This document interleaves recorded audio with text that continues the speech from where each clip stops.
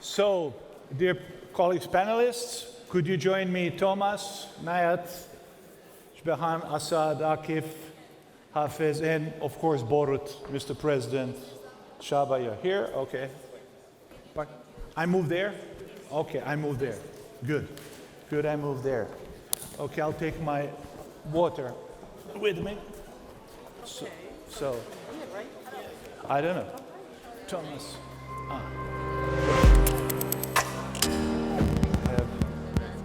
Csaba, first. The ancient Greek philosopher Socrates once said, "The secret of all change is to focus all your energy not on fighting the old, but on building the new." In recent years, severe global shocks and setbacks in achieving the Sustainable Development Goals have increasingly highlighted our shared vulnerabilities. International cooperation is more necessary than ever, but our collective problem-solving mechanisms are failing to keep pace with the pace and scale of the challenges we face. I called for this summit because our world is heading off the rails and we need tough decisions to get back on track. Today's complex, interconnected, and rapidly changing world requires a more effective multilateral system, with the United Nations at its heart. The Pact for the Future has 5 chapters on sustainable development, peace and security, youth and future generations, science and technology, and transforming global governance. Welcome to the panel, the UN Pact for the Future, building a new global consensus.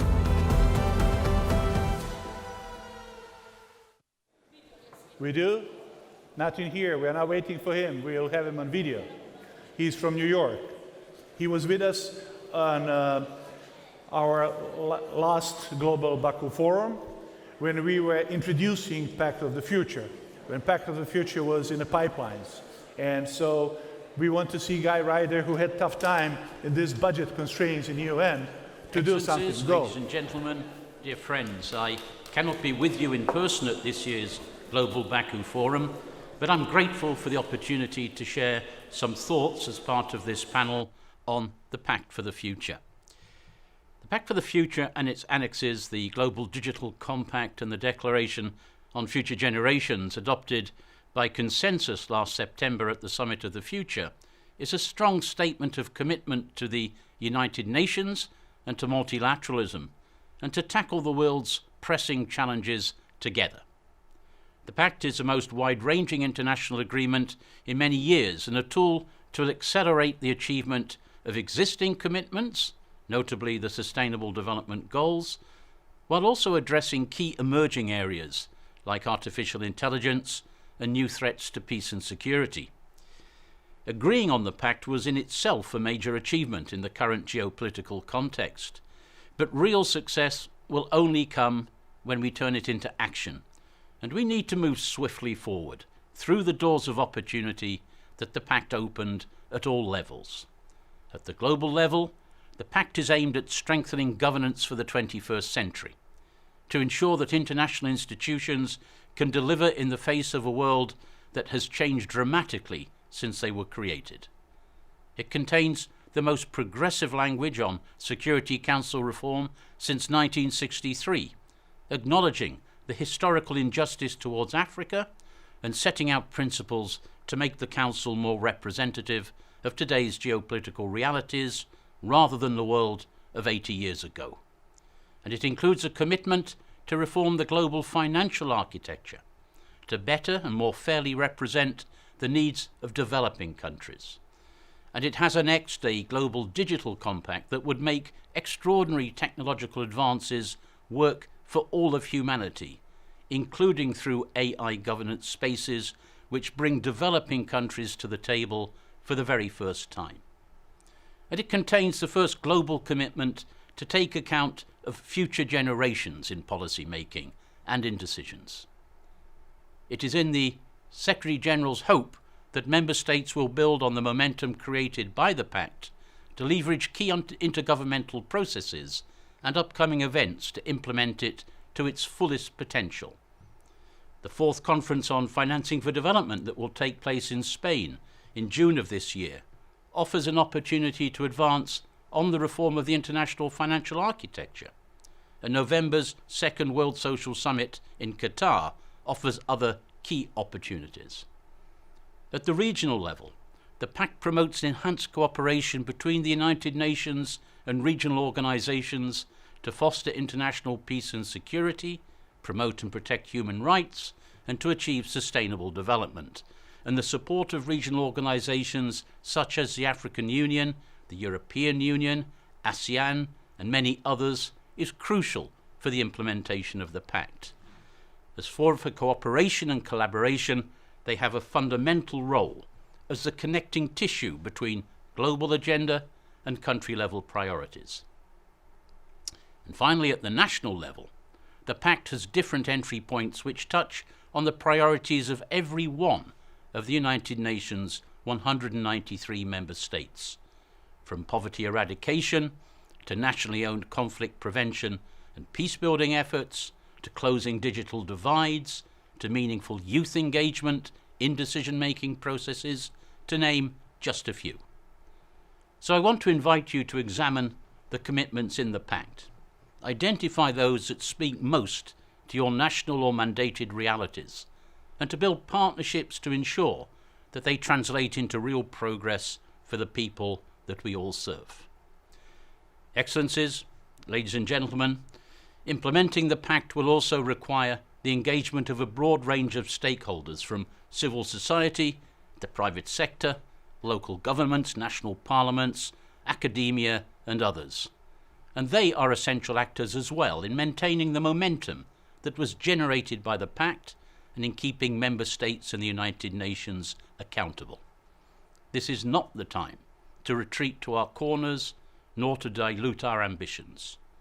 Now, more than ever, the world needs multilateralism, but it needs a multilateralism that is more effective, that is more inclusive of all parts of society, that is more networked and leverages on the comparative advantage of each and every one of us. And of course, a multilateralism rooted firmly in the United Nations Charter and the international rule of law. The Secretary-General has called on all the United Nations entities to ensure that Pact implementation is swift, visible, a whole-of-system effort, and preserves the overall integrity of the Pact itself and its political impact. And the UN system is also supporting member states in their own implementation efforts. Change does not happen overnight, but the world is not standing still either. We cannot afford to wait for multiplying conflicts, escalating geopolitical tensions, deepening climate emergency, rapid technological change, and rising inequalities and mistrust. Global solidarity and international cooperation are now needed more than ever. We must work together to deliver on the promises made in the Pact so that its implementation contributes to trust building in our fragmented world. Thank you and good luck.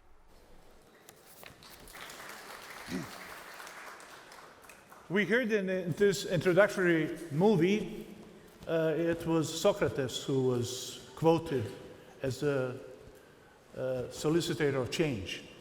Aristotle, his colleague, was teaching about three types of knowledge: episteme, techne, and pronesis. Episteme, science; techne, how to do it, craftsmanship; and ethical knowledge or wisdom as a pronesis. So with Pact of the Future, the question is not so much how we will do techne and episteme, but how we will show the pronesis to do along the values that we stand for, and how to make this Pact of the Future our reality. We live in a world in which 3 billionaires have as much wealth as US defense budget. 12 billionaires have a wealth that covers global spending for military and defense purposes. So money is there. Do we have promises and there's a political will that we lift up ODA that has to be, let's say, that is today on a scale of less than 7% of the defense spending? Do we have will and do we have promises to do so? In a world that is changing so much that countries who were wealthy today are not that wealthy. They're wealthier, but the countries who are poor are much, much more wealthy. There was a time when China was 1/11 of the GDP of Japan, and now it's 9 times the GDP of Japan. And on and on and on. And when G7 was established, it covered 2/3 of the global wealth. Today, it is significantly below 50%. So, which lays us a lot of issues that will be open. For everyone, the question is very simple. What do you consider as the key challenges in your area of interest, or in general terms? So we will start with Akif. Cagatay Kılıc, Chief Advisor in National Security and Foreign Policy for the President of the Republic of Turkey, because, I mean, we just didn't, this is not a Munich conference that everything is tika-taka on time.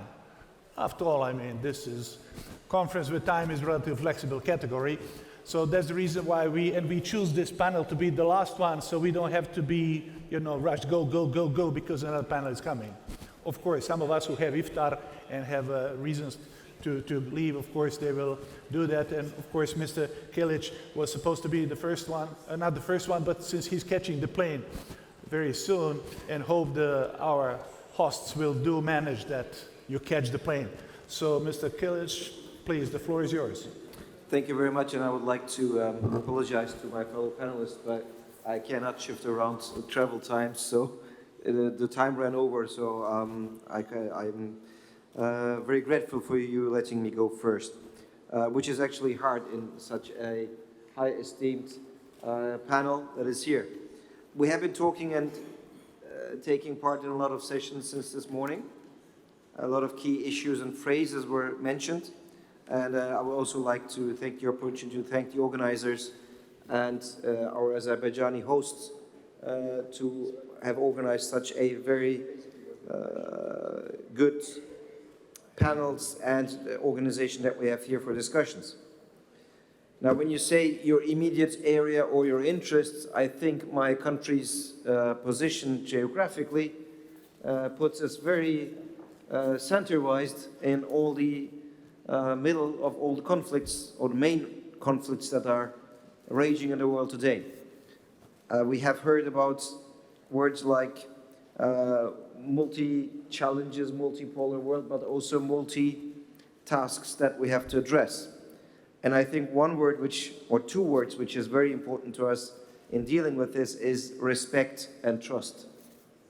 I think that the trust in the world and the system that we have produced after the Second World War is, I don't want to be sounding too pessimistic, but is shattered.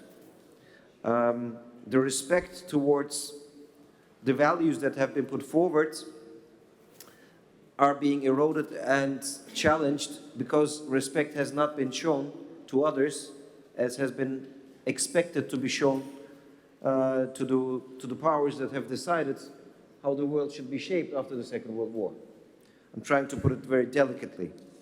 The recent conflicts that have happened and are still happening in our vicinity, the war in Gaza, the war in Ukraine, West Africa to South Asia, demonstrates a very fragile current world order. The conflict between Azerbaijan and Armenia, more than 30 years, we were shouting our lungs out that there was a problem here and injustice has been done, but the ones who had to actually, or should have acted correctly, tried to stay silent. In Gaza, since then more than a year, people have been nearly exterminated, and the world has not shown its unity. In Ukraine, in the start of the war, we as Turkey tried our best to bring together the warring sides. We achieved it twice, but we couldn't get it across the line because it was again dismantled. You might disagree with the notion that we were trying, but the reality is 3 years on, more than 500,000 people have died, and the war is still raging, and what we're talking about today is a very deep distrust between parties who are trying to come together. Very good issues are being raised, and they are all important to our heart. The environment, rules-based order, social disequalities. But where's the cause of this? Where's the root of this? If we're only using it as lip service, then we're coming to the position where we are today. And when you're referring to the financial strength that the world has, I don't want to even start about capitalism and its different variations over where we are with wealth in the world. But one thing is for sure. How are we going to tackle, or change is coming. I mean, it's not coming, it's there. How are we going to tackle this in the correct order this time? Are we going to understand each other, or are we going to speak to each other over other things and not look each other in the eye? My country is at the doorsteps of the European Union for more than 60 years. We don't feel that the European Union has treated us fairly. We don't believe it's treating us correctly for the last 15, 20 years. But we're still trying to engage. My president just yesterday said it's a strategic goal for Turkey to join the European Union. It's not because we believe the European Union has done everything right, or they're right about everything, but it's an institution that we value. But does the institution value us? And when people go to the UN, when in the United Nations hemicycle, leaders are speaking, who's listening to who? Who's staying in the room? Who's going out? What is being addressed? Whose problems, whose anxiousnesses are being addressed? And when we're saying that there has to be change and reform, is it really the correct way to go about that? And it's always being talked about, that only 5 countries can decide the fate of the world. It's of course not right, but it's a system that is in place. Is it solving problems, or is it producing problems? When you ask the person in the street in Baku, or in any Middle Eastern region, or in Turkey, or in Europe, or in the States, do they believe that the system their political leaders are engaged within is resolving their problems, is answering their questions? And is it right to try to change countries, cultures, societies in the light of your own image and say that you are always right and the other one's always wrong? And even if it's only minor and you think you're right, you're trying to change the other. So there are a lot of issues at stake.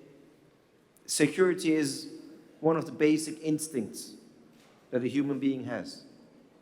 If you feel secure where you are, you can enact, you can interact, you can exchange ideas. If you don't feel secure, you won't be able to have a dialogue. So we have to bring about a security which is acceptable to everybody.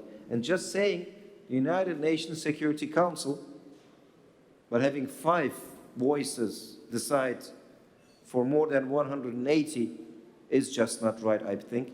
And this is something that we have to tackle all together.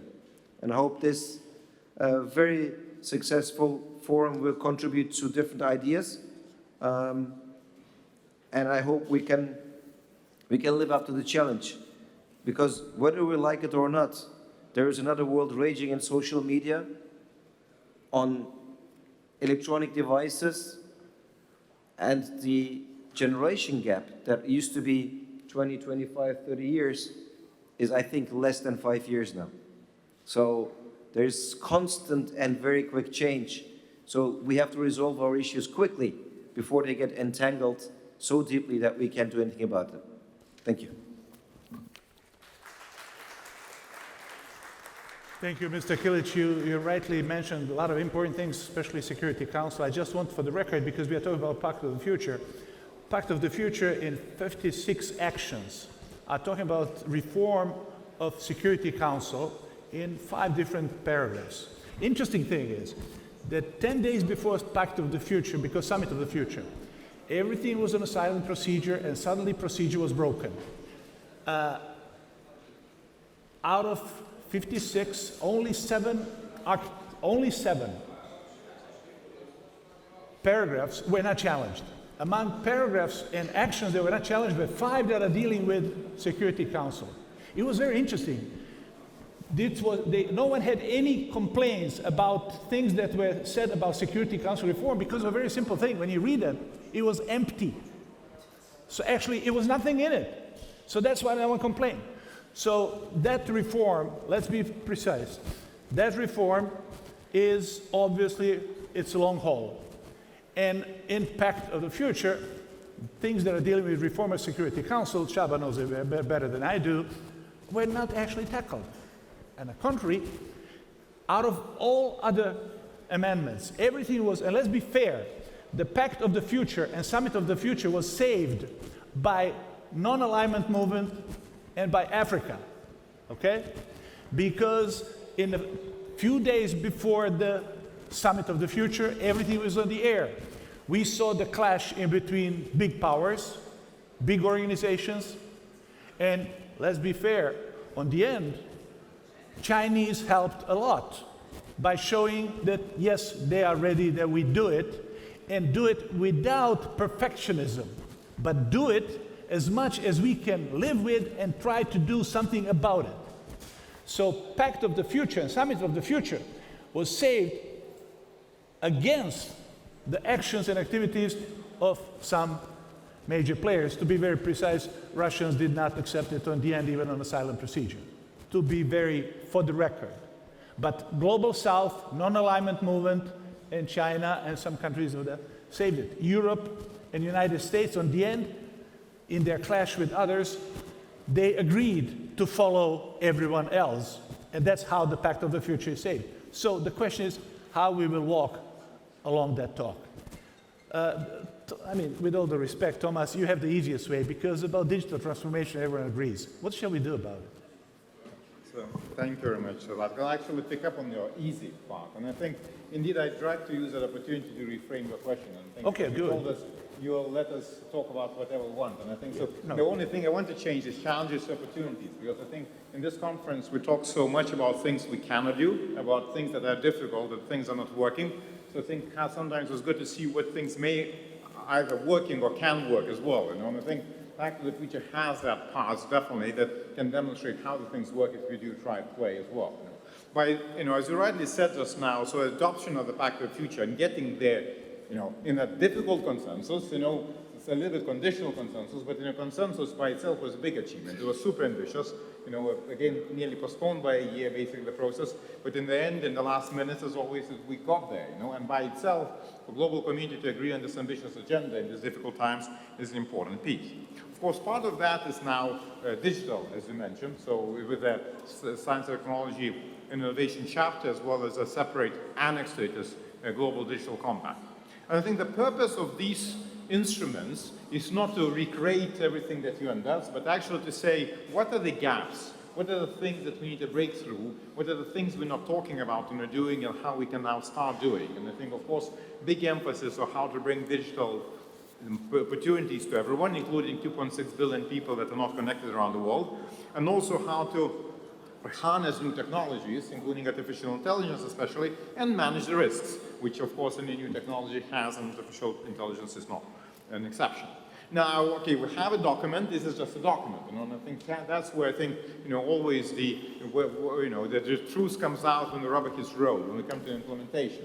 And of course, as I can be rather proud that from the UN system perspective, we jumped on implementation in a pretty solid manner from the get-go. So of course we have as UN system thing called Working Group on Digital Technologies, where Secretary General appointed Tech Envoy together with Secretary General of ITU to lead that work to lead the UN system of implementing that. We're repurposing instruments that we had before.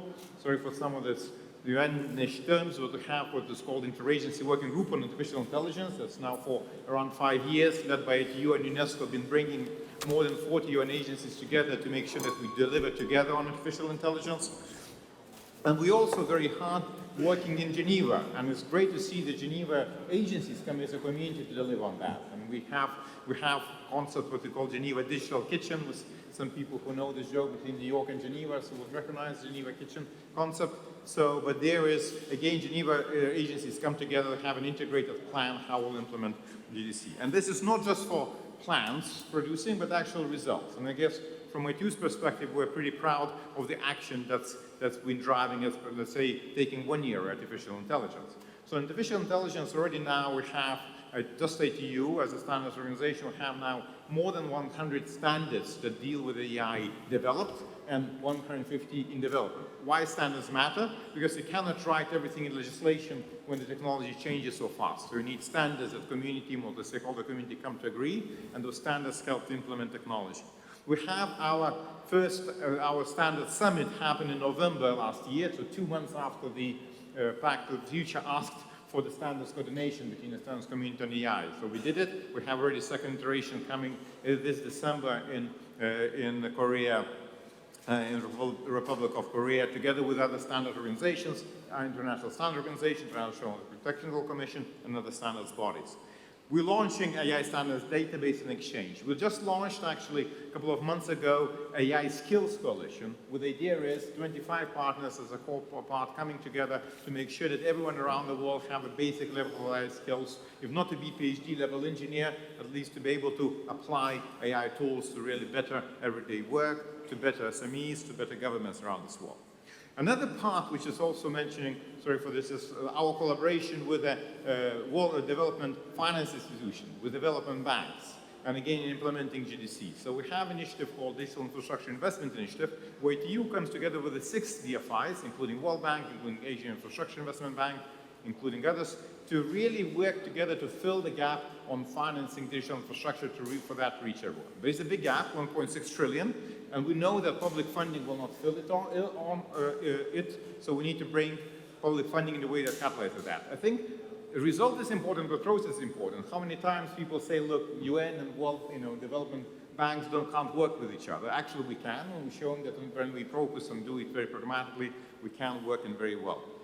And then, I think here, being in Azerbaijan, I definitely have to mention our work on the sustainability of digital technology, so Green Digital Action, that COP29 played a huge role in actually galvanizing political momentum, this Green Digital Action Declaration, which now has over 80 endorsements of countries, 1,200 endorsements of other stakeholders.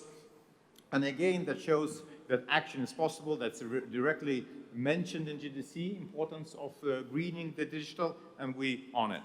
Now, one part that I think we sometimes forget in this discussion is that impact is important, but how efficient is the impact is also important. And I think I have to mention that and commend the Secretary General's recent announcement just a couple of days ago to launch UN 80 task force, which is not task force to celebrate UN 80, which is, it is our occasion this year, but a task force to make UN way more efficient, way more impactful, to really look to the mandates. And we as ITU already have experience over the last 2 years of cost cutting or efficiency improvements, of making sure that we deliver we not just deliver, we deliver within the budget, we deliver really value for every citizen around the world for the taxpayer money they invest. So I think sometimes when we have this discussion and we say that multilateralism is dead, I think we look in the very specific areas and we associate that multilateralism with the specific areas. And we sometimes forget that UN is a big family with a lot of files. And I think Secretary General Musa in the previous panel mentioned the specialized agency work, and I think that's very important to remember. That's where a lot of concrete work comes that member states get to direct value with. So ITU, and that some of that work has preceded the United Nations. The United Nations is 80 years old, ITU is 160 years old this year, so double that, and we've been delivering that through some very challenging times in the past. And that multilateralism is still very alive around the different areas. We're still getting to agreements, not only ITU, but other specializations is there. So maybe just a few lessons learned to close it off. So first of all, what we think works and what can work, and I think maybe those lessons could be useful when we think of multilateralism going forward. First is it's really important to focus pragmatically what countries really find the value in. Not just big ideas, but like clear things. We just, 2 weeks ago, we had International Submarine Cable Resilience Summit. Since the very hot topic in some areas of the world now, we actually had China, we had the United States, we had Europe, we had India. They all agreed consensus outcomes of that process because they all felt that is important to achieve. Second is leveraging existing platforms, especially what's already existed, so not always try to create something new where something is. Then treat UN system as one. So again, not just think that one part, another part, really think of that plethora of different agencies that can deliver on the mandate. You know, and then, of course, and I think you mentioned that in this part of the discussion in this panel, how we go from the global to regional to local. We in ATU have this as on our DNA. So we have, for example, in ATU 6 regional organizations that are recognized as part of our ecosystem. So they help member states prepare the positions for ATU, and then those are globally coordinated. I think this is not a bad model how we can really bring those regional organizations together, and through those regional organizations identify local needs and deliver them. So some of the hopefully potential tips how we can really get to delivery. Thank you. Thank you, thank you. For all of you, Tomas and we are old friends. I mean, so even in front of you, we can talk freely. I mean, I didn't pass him any question because I know whatever I ask him, he'll answer what he wants to say. So, I mean, especially he has a privilege which a lot of you don't. I mean, he always uses his time double. He doubles down the time. He says two times more things than people say in normal wording. That's, you saw him. He's like, like, so Tomas, I really salute you. I mean, you did it again. You actually use extra time. You had 2 games in 1. Now, when I introduce now Najat Mokhtar, and when I say Deputy Director General, International Atomic Energy Agency, everyone, I know, I want to say something so she doesn't have to. She always people expect me to talk about atomic bombs and those things. No, she's head of the Department for Nuclear Science and Applications. It's nothing about bombs. So back in the medieval age, in time of Mongols and medieval age, the 50% of budgets of the states were given to defense, okay?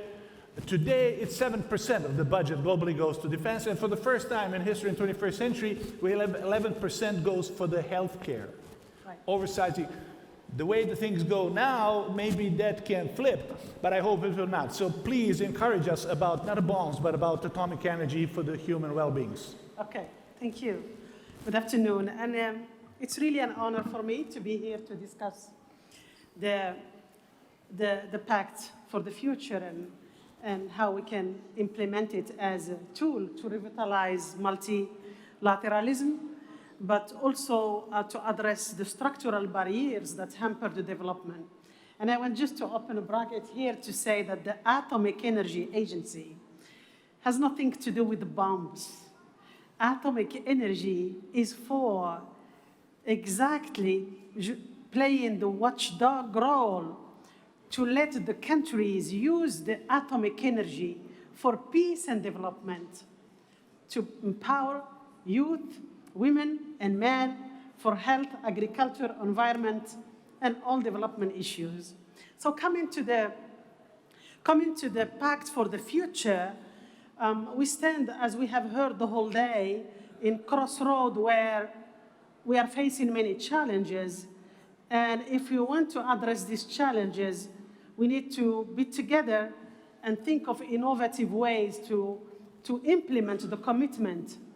And as scientists and coming from scientific organization, the IAEA, we strongly believe that science and technology has a place in this implementation and in the commitment. Scientists have to sit with politicians and diplomats to find a solution with other stakeholders, civil society, private sectors, and others. And the government structures of today have been designed in a world that has changed dramatically. And you have mentioned the UN Security Council that is focusing mainly on military conflict. But if you look at today's crisis, from pandemic to climate change, food insecurity, those crises need informative decision, data-based informative decision, science-based informative decision. And I'll give you the example of the Fukushima Daiichi accident. Aftermath, the agency, in an independent way, has provided assessment of environment, of water discharge, radioactivity in water in the environment, so that discussion is based on science, on data. And this underscored the importance of having science-based crisis management mechanism in global governance. Now, while global governance provide overarching framework, regional organization like African Union or ASEAN or GRULAC, they take this overarching and make it localized action, tailor-made, because there is no one size for all. We need to provide the solution to regions. And this is what we are doing at the IAEA, working with regions, providing science for tailor-made solution. And I'll give you an example. In Africa, we worked with the African Union to address an issue of the sleeping sicknesses, the tsetse fly.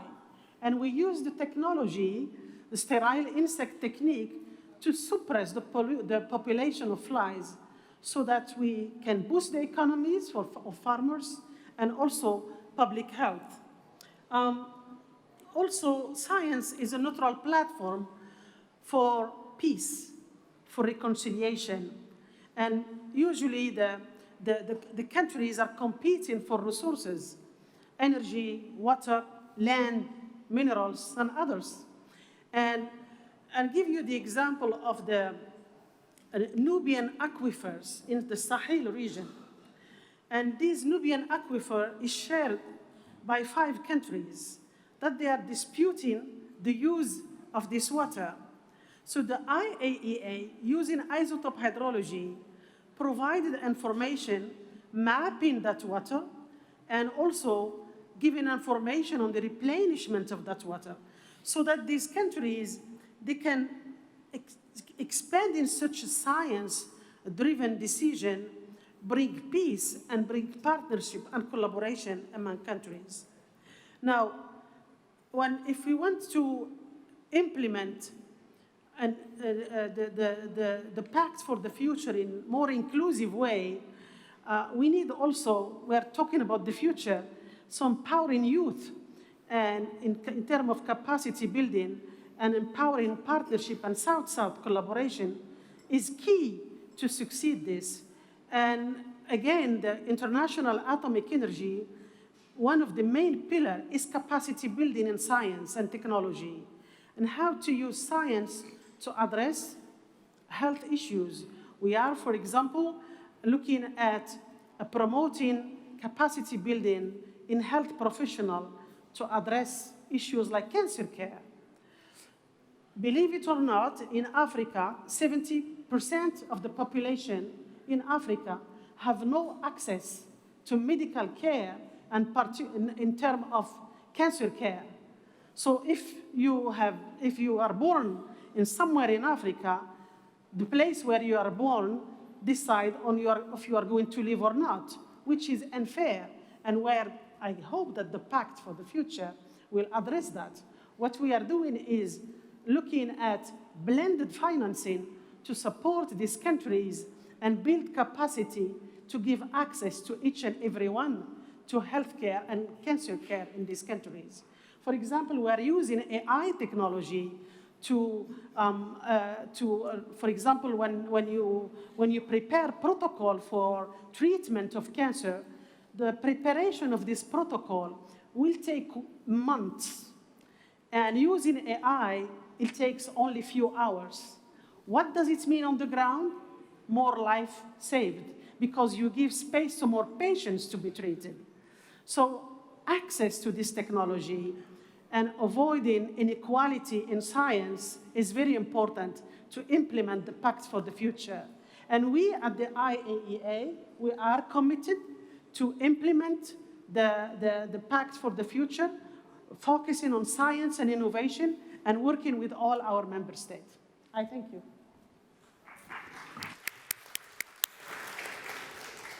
Thank you, Najat.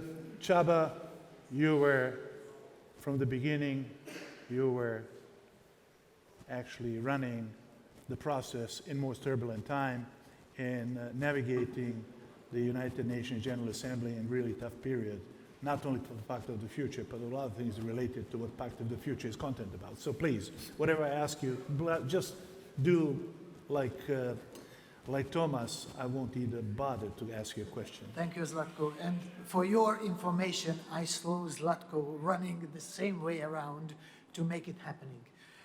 May I ask you, please raise your hands. Who of you have read the Pact for the Future? I mean, we had Okay. Okay. Oh, it's much better than what I thought. It will be easier.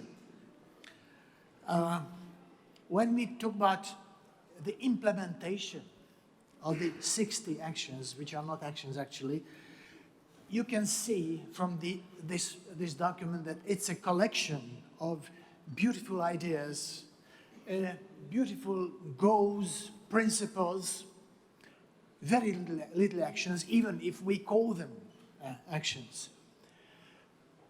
If you read this document today, you can have an impression that it was written in another historic chapter.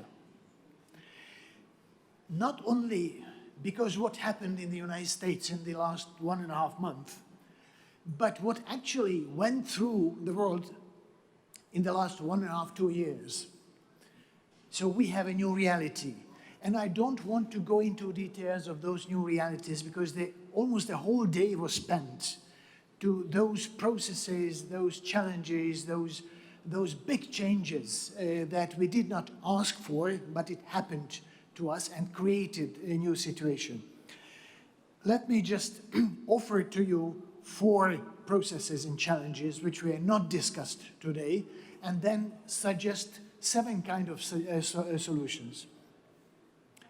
When you go through the Pact for the Future, is it clear for you who is doing what? If you say it's not entirely clear, you might be right, because 1/3 of the objectives are to be implemented in national capacity. 2/3 will have to be implemented in multilateral environment, and about half of that will require further negotiations or special processes in the United Nations. So we have to make this delineation, who is doing what and when, otherwise we shall be waiting for each other and nothing would happen, or very little would happen. The second, Zlatko mentioned that in the forefront of the Pact for the Future is the implementation of the SDGs. With other words, the sustainability transformation. And I fully agree with that. And it is something that we committed ourselves to about 8 years ago. But we know that the transformation is very, very sluggish. We are way behind schedule. Now, if I compare those processes you have listened to this first half of the day, which were about the geopolitical strife, the deepening power game, the coming of the raw power to the forefront, the pushing back of multilateralism. I could add something for our collective thinking. The crises we are facing have a dual nature. On one hand, it's geopolitically rooted. On the other hand, as we agreed many times in the UN, those crises related to the non-sustainable way of human operations. And we are witnessing those unfolding crises mostly related to the global common goods. So what is the problem if we compare to what we heard in the first half of the day? To address the geopolitical challenges, we usually apply zero-sum game mentality. To address crises related to the global common goods, we need cooperation, because we changed realities jointly, and we can only change the common situation and go for better solutions, what we agreed upon to, jointly.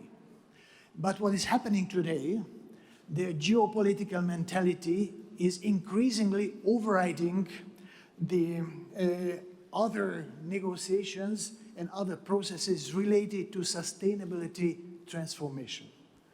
The result is not another zero-sum game, but the result is a negative sum game. The third process we have to think about, goals versus rules. It was referred to many times today that we would like to see a rules-based international relations, rule-based societies, rule-based order, international order. And that's fine. It has always been so for many, many years. But we actually started adding something about 20 years ago in the forms of SDGs, biodiversity goals, climate goals, goals on ocean, many others, because we saw that if we go as we used to, we all go down to drain, even if we follow all our existing rules. So we introduced goals in order to change the course of history. But we haven't changed our rules, mostly on the national levels. So put your hand on your heart. Have you changed your national laws to fully implement SDGs in all aspects? Or you still have those laws that led us to the situation that created the necessity of this sustainable transition? Most countries didn't do that. Most of us still have this dichotomy back at home. Fourth, it was mentioned the role of science in the UN agencies. If you read the Pact for the Future, about half of the actions will require very solid scientific support. Otherwise, we will not be able to implement it. And I'm very glad that about 25, 26 UN agencies have science representatives or chief scientists. But what about the political decision-making processes in the United Nations? We don't have it. We are doing the decision-making without any established, institutionalized place of science, involving science into the decision-shaping processes when we need transformation. So my quick 7 suggestions. First, let's acknowledge geopolitical rivalry will stay with us. We like it or not. But essential and existentially important to ring-fence the most influential, most important issues of global common goods that will have to be treated separately, not overwritten by geopolitical considerations. It sounds naive, but you will see it is a part of the solution. Second, clarity should be done at national level, what we do at national level, and what requires further multilateral negotiations and UN processes. 3, in that process, particularly when it comes to the global common goods, please, less ideology, more pragmatism in solutions. 4, UN reform. It was mentioned a couple of times today how the reform of the Security Council stands for 20 years already. But let's be quite clear. It is not only the Security Council that has to be reformed. It is the General Assembly, and it is the functioning of the United Nations as well. I'm very much for preserving, it is the best game in town what we have in the United Nations. It's the centerpiece of multilateralism, but it will need to be reformed very, very seriously. So my suggestion would be to create a minimum shared platform among 193 member states on reform suggestions and convene the General Conference. It's in accordance with the UN Charter. This is a body that has the power to make the alterations in the United Nations Charter. Of course, the Charter will have to be ratified by each and every country, and that's a tough cookie, I know. But this is a way how we can go as far as we can. 5, countries, platforms that can talk across the aisles, across the trenches, will have very special roles, including Azerbaijan, including some other countries, because all those changes, what we would like to see, even if they are not perfect, even if they will be full of compromises, will be in a very, very difficult environment. And we need actors who will be able to talk to all parties. Now we are going into the separate islands in the UN. 6, the role of science in multilateral decision shaping. It should be an institutional and procedural guarantee for including scientific evidence into the decision shaping in the G as well. In order to think about it, why don't we turn the Trusteeship Council into a second chamber of the General Assembly? The Trusteeship Council has no function today, but we used to talk about we need to involve science, academia, business, youth, and others. There is a platform, just we don't use it. The last and good news, Action 56 in the Pact for the Future is, again, going beyond GDP, which is a task taken over from the SDGs. I can report to you that after many, many years of delay, now we created a methodology. It has been just introduced to the World Science Forum in November, and I hope to be able to discuss with UN bodies. We are doing the consultations with many member states now. Certainly nothing is perfect, nothing is final, but it is a pragmatic tool how to help political decision shaping in the integrated environment of social, natural, and economic interests. So that was my suggestion. Thank you much.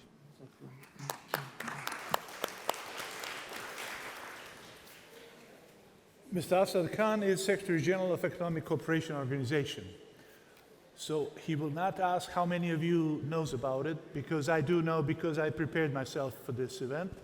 But Economic Cooperation Organization covers the 2 times bigger territory than Europe.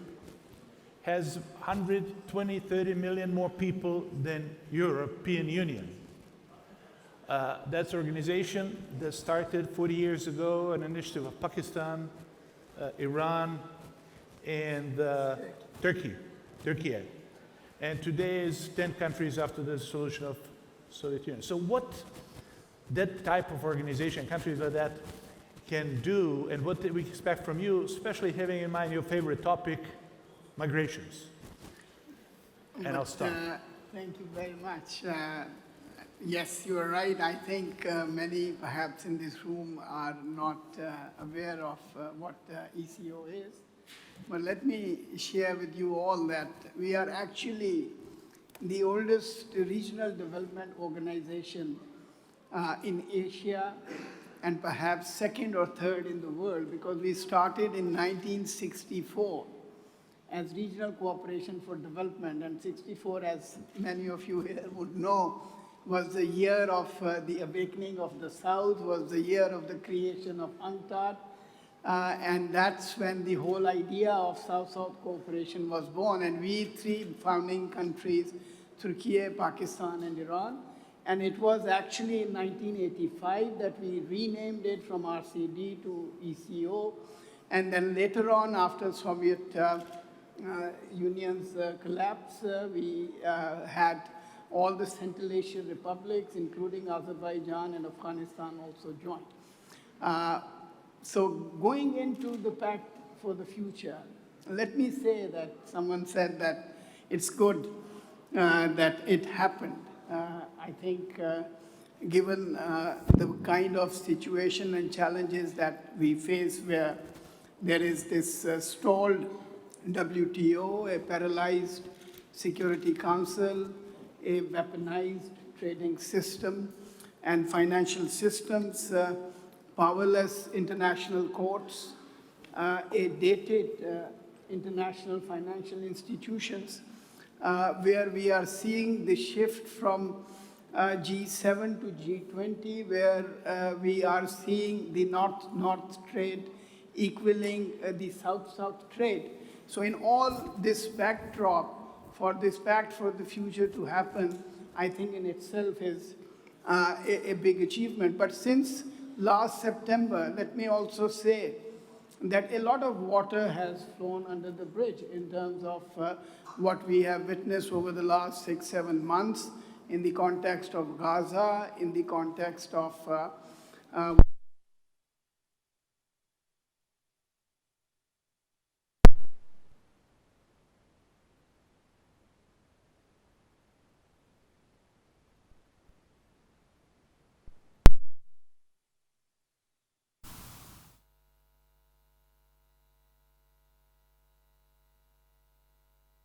Oh, really? Okay, no, it's back. Oh, well. So you are the only one that worked. So in this backdrop, I think it's really very important because this is not the first summit that the United Nations had. United Nations indeed is the best option that we have in terms of maintaining global peace, in terms of pursuing the global development agenda. But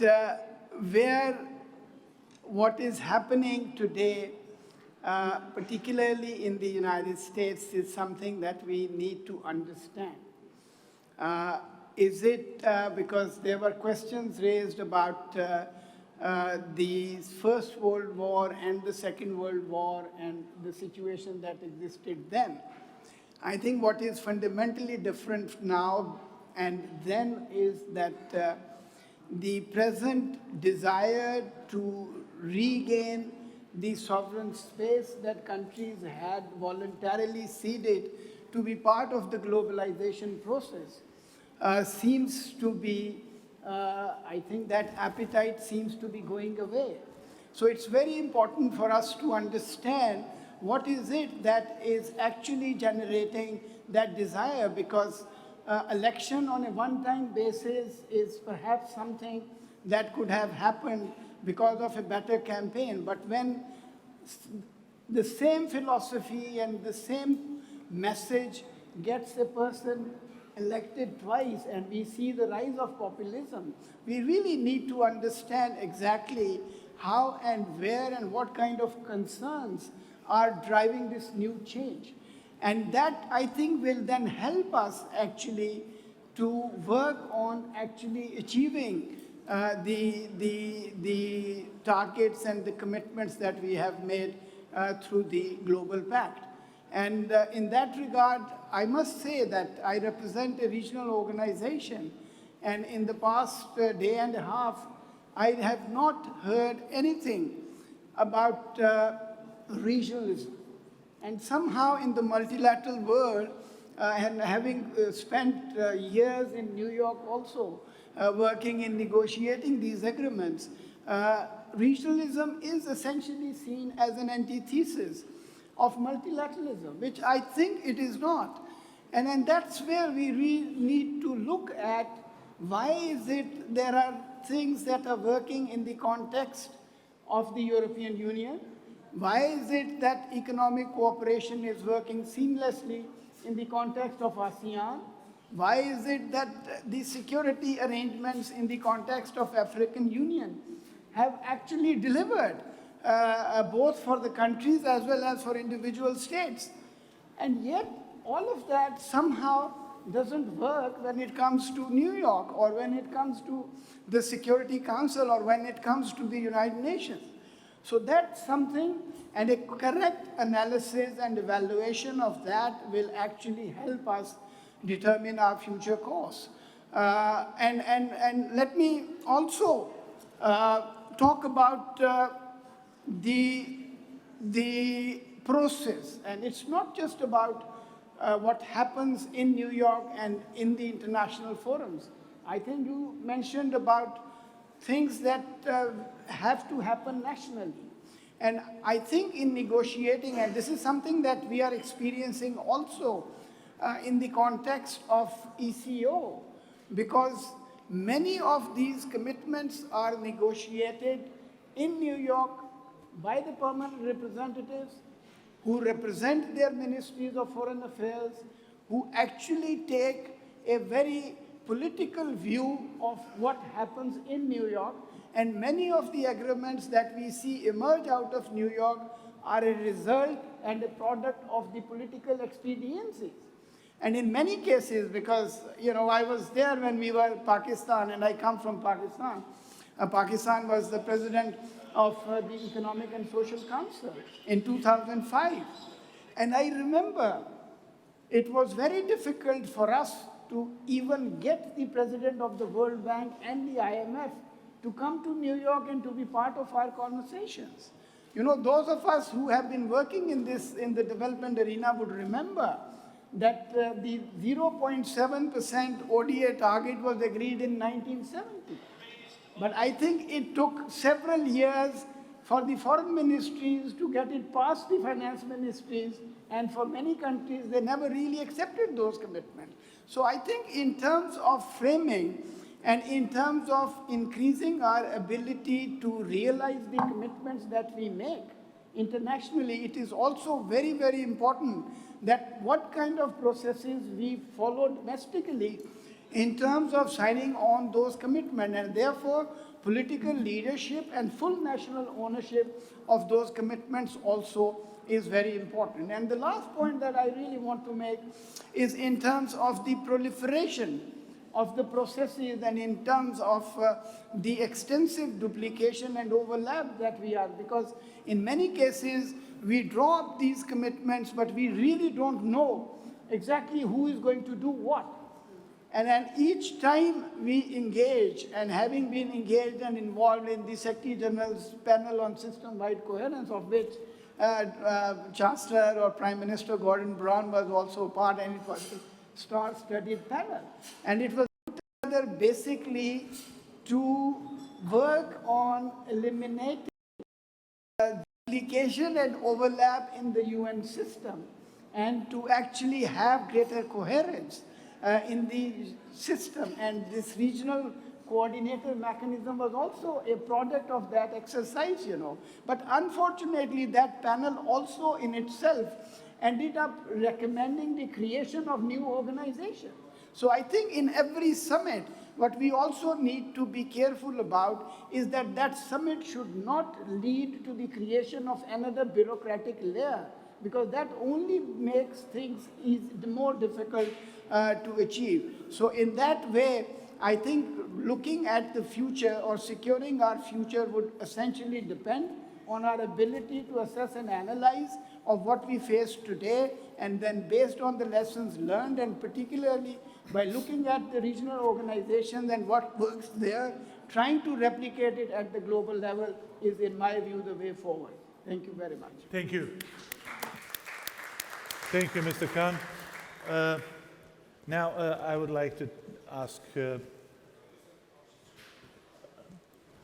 well, okay, now I see, well, yeah, I almost called you a second time because in the ranking order how it says, Katalin Novak, President of Hungary. I hope you are the one that was supposed to be now, right?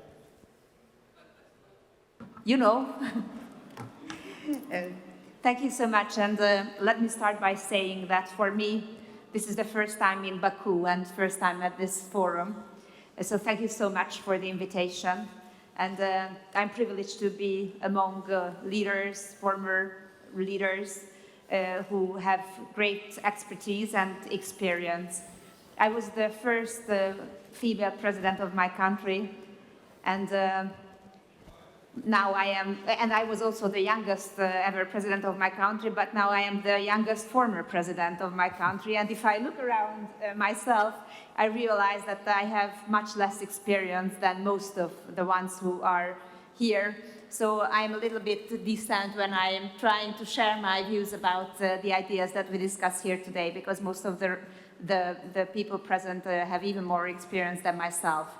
And just as Csaba Korosi mentioned, so much has been told today, and also the ones who intervened at this panel shared very inspiring ideas.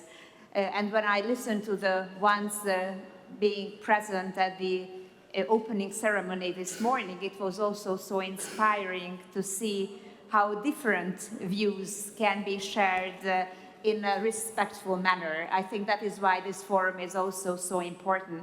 And I also have to add and admit that I am happy to see women leaders, really powerful women leaders, with whom I feel that maybe we will once get there, that we can just leave the first part of the sentence when somebody says that despite the fact that she's a woman, she's quite smart, or she's quite intelligent or well informed. I just see women leaders here who just underline the importance why we need these strong women leaders around the world. And I would have many thoughts to share coming from Hungary, what I think would be the role of strong sovereign states nowadays, and the role of international institutions, and how international institutions can react to the fact that there are strong leaders nowadays in the world, and how strong leaders, strong leadership, strong personalities can influence the world order, and how can international institutions in this turbulent time still play an important role, and not only be led, but also lead some changes. But I am also as monocausal as Najat or as Tomas. I also have one cause I would like to speak about today. I raised my hand because I read the UN Pact for the Future, and I have to say that I really miss one aspect more, but one aspect I would like to speak about today.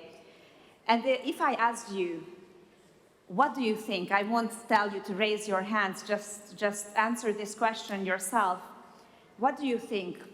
Is the number of births globally increasing or decreasing? I think that most of you would answer that there is an overpopulation crisis globally, so we are still seeing and experiencing an increase in the number of births. That is not the case anymore. The number of births actually peaked already, and ever since it's dropped by 10% globally. So there is a global demographic crisis we are going to see in some decades, and if we say that we have to act ex ante and not post festum, then I have to say that we have to deal with this issue as well. I looked at the fertility rates of all the countries being present in this panel, and I have to say that only 3 of these countries, Egypt, Pakistan, and Malawi, have a fertility rate above replacement level. But in all of these countries even, the birth rate is dropping. But in all of our other countries, the birth rates are sometimes dramatic. If I look at the president of North Macedonia, I think that in North Macedonia, the birth rate now is 1.45, if I know it well. But it goes to all of our countries except these 3. So in Bosnia-Herzegovina, for example, is 1.2, which really is dramatic. Can you imagine that 75% of the world's population today is living in countries where the birth rate is below replacement level? 75% of your population. And as we speak about the UN Pact for the Future, of course, we still see a growing number in the world population. But even the UN itself has its forecasts which say that in some decades, the world population is also going to decrease. Of course, you can have a legitimate question, is it a problem? Is it a problem if we will have much less people in the world? But it also leads to nations, to countries which are practically dying out. You just pick the example of South Korea, for example, which in every 20 years halves the number of births. So it really is dramatic. Seoul, a very successful city with a high economic potential, has a birth rate of 0.5, which really is dramatic. And I think that if we, European countries at least, don't face this reality and we don't bring this issue on the table, we will again lose the momentum. And when I read through this UN Pact for the Future, I just found two references to this issue. One was about migration, which of course, in the short term and locally, can seem to be a good solution for low fertility rates. But at the end of the day, this is a zero-sum game if you look at it globally. And also it causes many problems. I won't go into details, but I don't consider migration as a good solution to a question never even raised. Why don't young people want to have kids? Or why don't young people will have kids even if they wanted to have them? And the other reference was made in Action 34, where they referred to family-friendly politics and family-oriented politics or policies which are necessary. I find this very important, being the mother of 3 children and being a working mom in the meantime. So I understand how important these family-friendly policies are, and I was very happy to see this aspect being reflected in the UN Pact for the Future.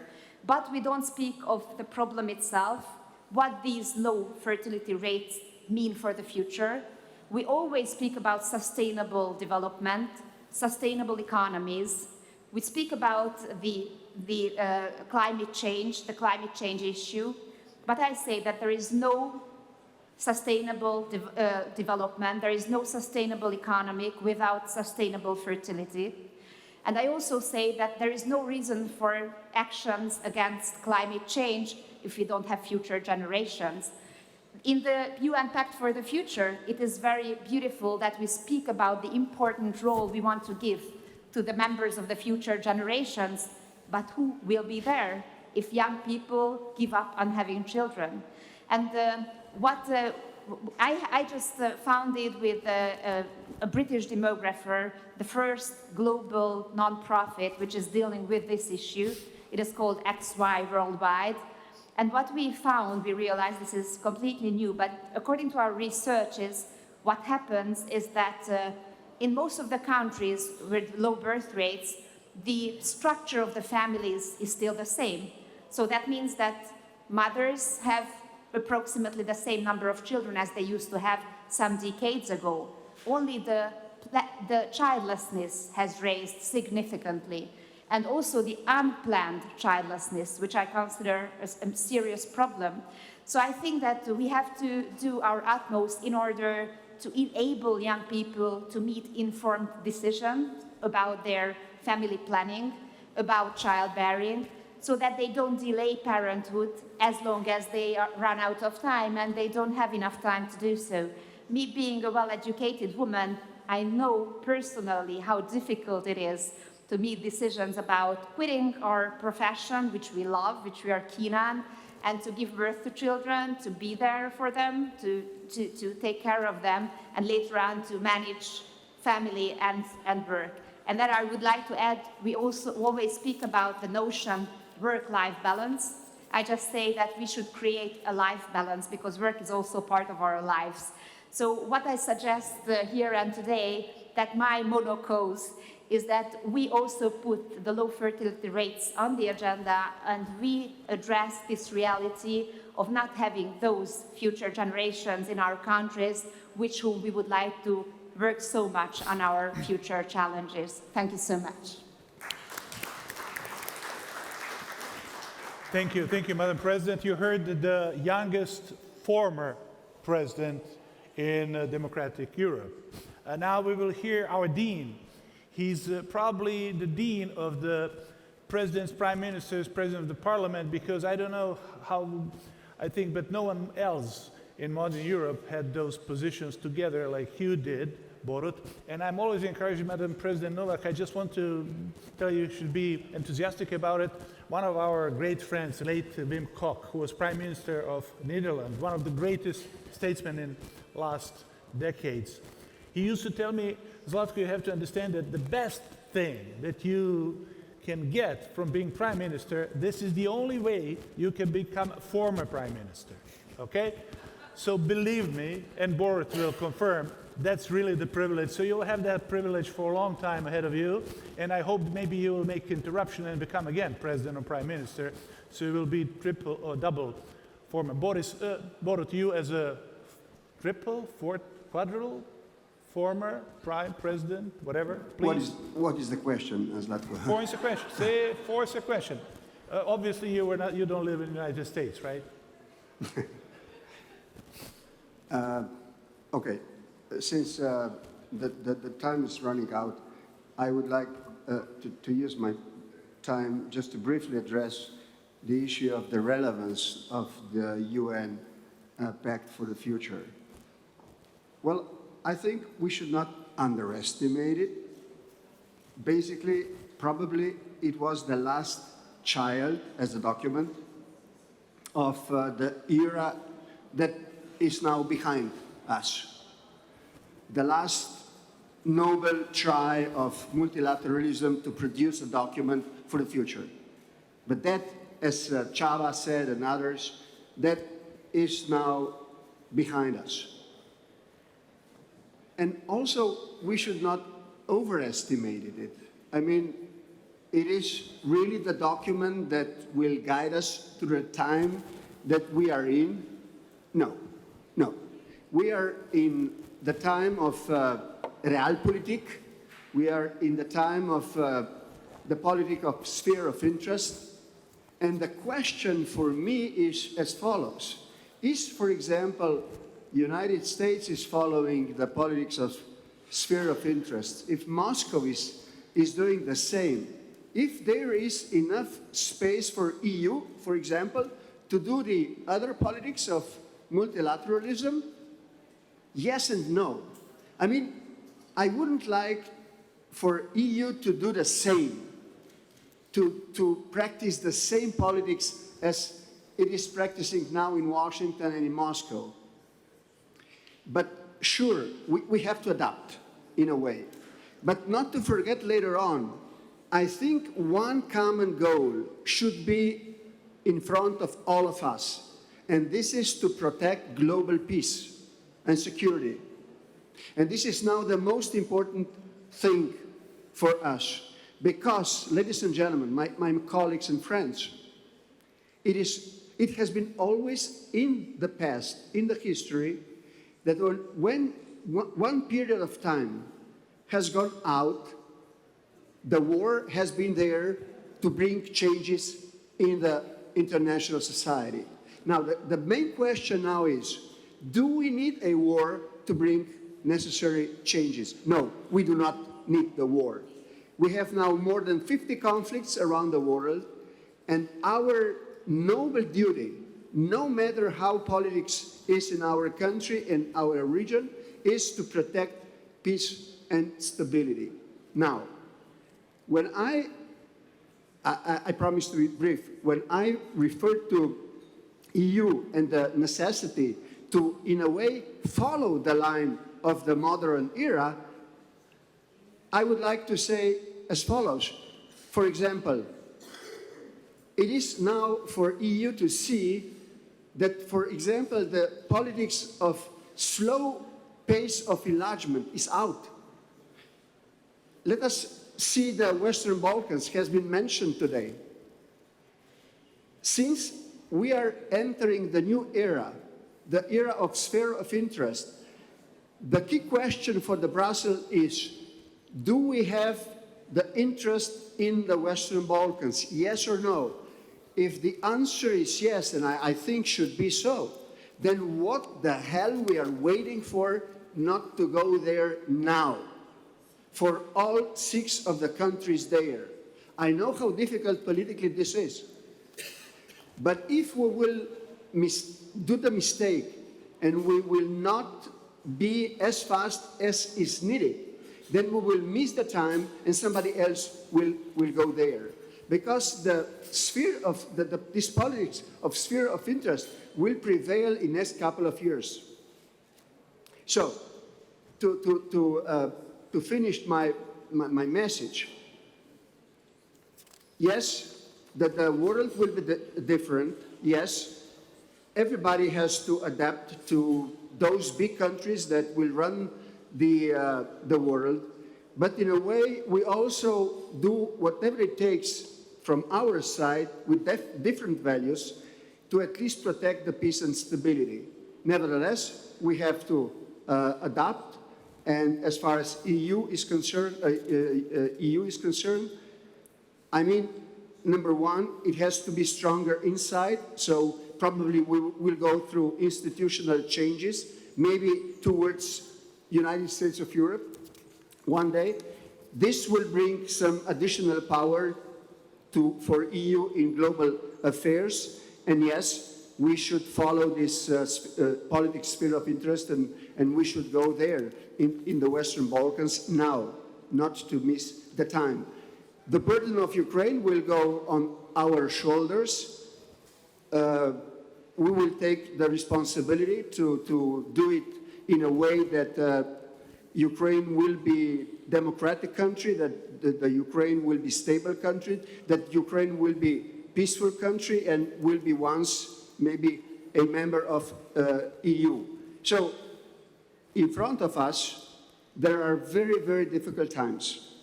But we should not lose hope.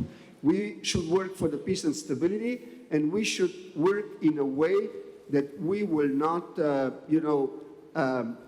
completely lose the faith in multilateralism as it was once, and it should be one again in the future. Thank you, Zlatko.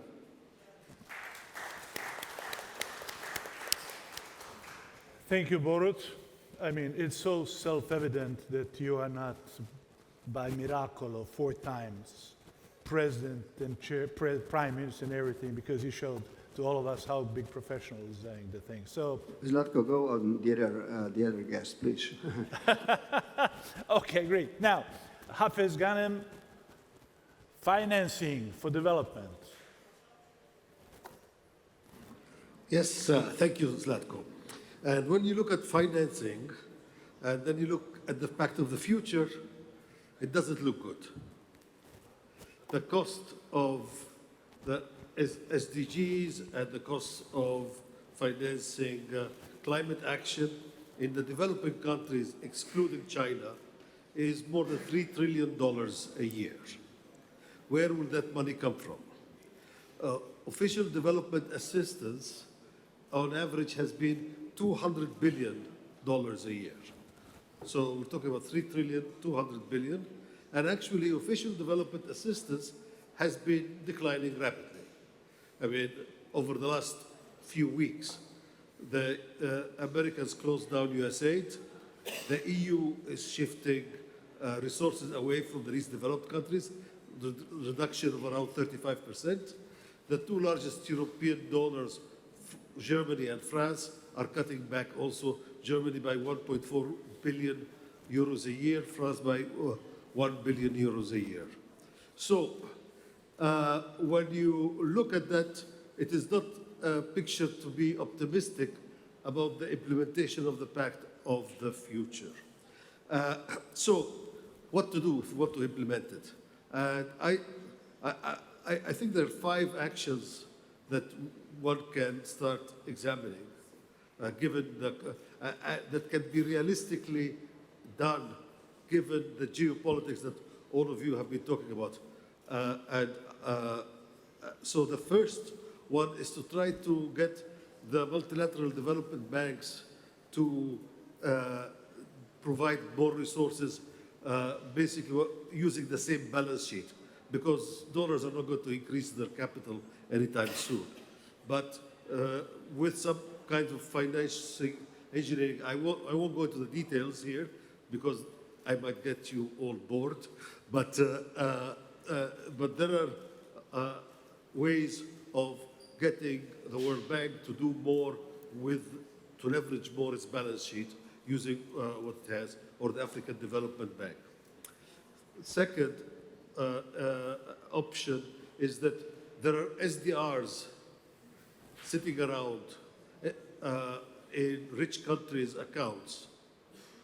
SDRs, those are the special drawing rights that are issued by the International Monetary Fund.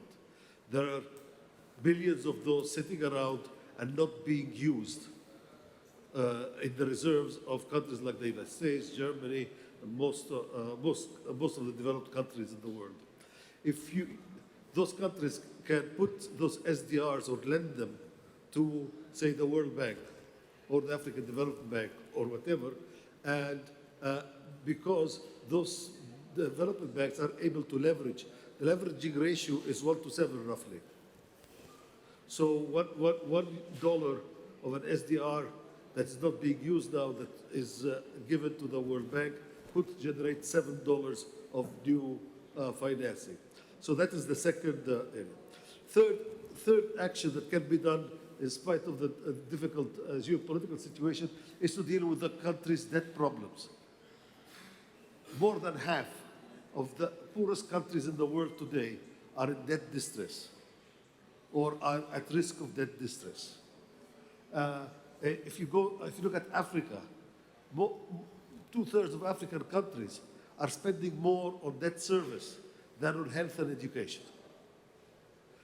So, trying to resolve those debt issues, and it has been discussed as part of the Pact of the Future, the G20 has put in place this common framework for debt reduction, but has not been working well. So reforming that common framework to be able actually to reduce countries' indebtedness and to give them more resources to invest in sustainable development would work. Actually, I have had a proposal for to put in place a system for debt for climate swaps, but something similar to what was done in the late 20th century, what we did for HIPPICs, the debt for poverty reduction swaps. Fourth, we talked a lot about governance of the global financial institutions. And the governance of the global financial institutions needs to change. Listen, in 1945, at the Bretton Woods Conference, everybody said there were 44 countries only present, and today there are 190 countries. Look at Africa, which is the largest client of the World Bank and the IMF today. There are only 4 African countries present: Liberia, Ethiopia, Egypt, South Africa. I don't count South Africa because in those days that was the apartheid regime. You cannot really call it Africa. The other 3 were only nominally independent. So if you ask me, Africa was not present. And today, and if you look at voting rights at the IMF or the World Bank, you have a small any small European country, say Switzerland, has a higher vote than Africa's giant, Nigeria. Although Nigeria's economy, Nigeria's population, whatever is much bigger. Look, compare the UK and India. Today, India's GDP is larger than that of the UK. But India's voice in the global financial institutions is half of that of the UK. So there is a need for reforming this situation. Now, under the current global politics, I don't think it will happen. It will have the same fate as the Security Council. But because changing voting rights and so on, maybe at the margin, but big changes will be very, very difficult to implement. But there are things that can be done to improve governance. For example, okay, you can keep a president, an American president of the World Bank, and a European head of the IMF, but why is the president of the World Bank and head of the IMF also chair of the board? In most large corporations, actually in Europe, you don't see a corporation, a large company where the chair of the board and the CEO are the same person. So let's keep the American CEO of the World Bank, but put a chair of the board maybe from a developing country or something. So there are things, again, there's a long list of things that can be done without changing, without getting into this zero-sum game of increasing my vote, so I have to reduce your vote. The things that can be done even now. My fifth and last point is that is that developing countries themselves can do more. I was in Nigeria last week in a conference like this one where we had several leaders, former and actual leaders from African countries. And one of them said, maybe Donald Trump is doing us a favor because he's forcing us to do more ourselves and to cut this dependence. So that would be a positive thing. If Africans or developing countries can do more themselves, can do more together. What I fear is much more likely to happen is that other actors will come and fill the gap that is left. I'm not particularly optimistic, Zlatko, about the implementation of the Pact of the Future, but at least not in full. But I think there are certain things that we can do to at least implement parts of it. Thank you. Thank you, Hafez. You rightly put the light on our next speaker, Madalitso Kwaderanji Kazombo, Deputy Speaker of Malawi Parliament. There is a study done by McKinsey Global Institute saying that India, China, Europe, North America, and Latin America, from 2020, when they had the working age population from 15 to 64 years, it is going to increase India, China, Europe, North America, and Latin America. By 2050, this part of the world, without Africa, is going to be more populated for 64 million people. Only 64 million people. But the globe is going to be populated with 800 million people, which means that Africa is going to upgrade to 794 million. Because today, Africa has, let's say, 3 times less than China and Europe. And by 2050, Africa will have as much as China and Europe working population. There is no better introduction for you, Mr. Deputy Prime. Thanks so much. And looking at the time, and I see people are tired. So I'll make sure I speak briefly. I come from Africa, Malawi, the southern part of Africa, where our capital city, for example, Lilongwe, has a population of over close to 2 million, just one city. Total Malawi is around 24 million. So yes, we are fertile, we are productive. So what news am I bringing to this forum this evening is to say, may we tilt our focus to Africa. For a few reasons. One, we have arable land that is idle, fertile land. The food that you eat in Europe, most of them, there's fertilizers that are applied. In Africa, our soils are still virgin. The beef you eat here in Europe, in US, in Asia, there's a lot that you've added. In Africa, a cow grows on its own. Very tasty, no any ingredients added, only salt, and you like it. So tilt to Africa. If you like tourism, you come to my country, Malawi, you can find lions, elephants. You go to Dubai, they have imported lions, elephants to Dubai. In Malawi, in my constituency, where I come from, a lion is my neighbor, an elephant is my neighbor. So tilt to Africa. If you want tourism, come to Africa. In Africa, the weather is not that extreme. We don't have snow in Africa. So when it's cold here in Europe, in Azerbaijan, in the US. Come to Africa and enjoy. Our Lake Malawi, fresh waters. So when the global is complaining, it's because you've left Africa alone, where you could invest. You go to DRC, we have gold, diamond, and silver. If DRC, we could stop giving them guns and let them grow on their own, I'm telling you, we're going to have a better Africa. So Africa's natural resources, gold in Zimbabwe, gold in South Africa, gold in Malawi, lutile in Malawi. But we lack good investments. So tilt to Africa. Come to Africa. In agriculture, we've used our hands for farming. It's high time we use mechanization, tractors. So bring investments. World Bank, my fellow accountant here, bring those kind of financial investments to Africa in agriculture, mechanization, tractors for planting, tractors for harvesting. That's what we're talking about.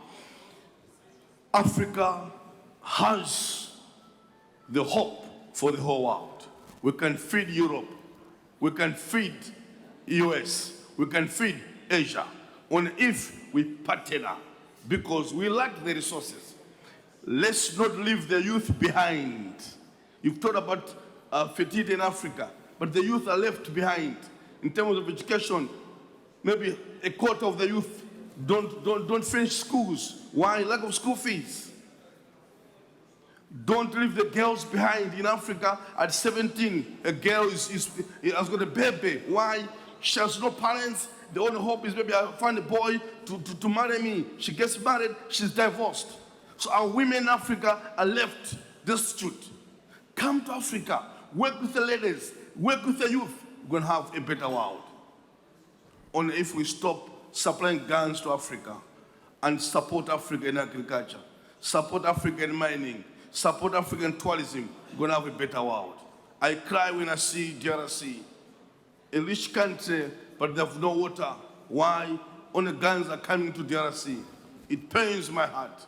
I joined politics, left job at Deloitte as an accountant to bring a voice somewhere that if the youth can be supported, we're going to have a better Africa. If Africa can be supported, World Bank, bring in support to Africa.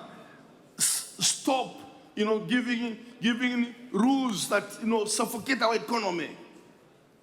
It's unfortunate. Today, Malawi is highly indebted because of the loans we took from IMF, World Bank. Now, we are failing to support our people because the loans are huge. Africa is the hope, only if we support it. Otherwise, we shall be coming here, we talk, we go, no results.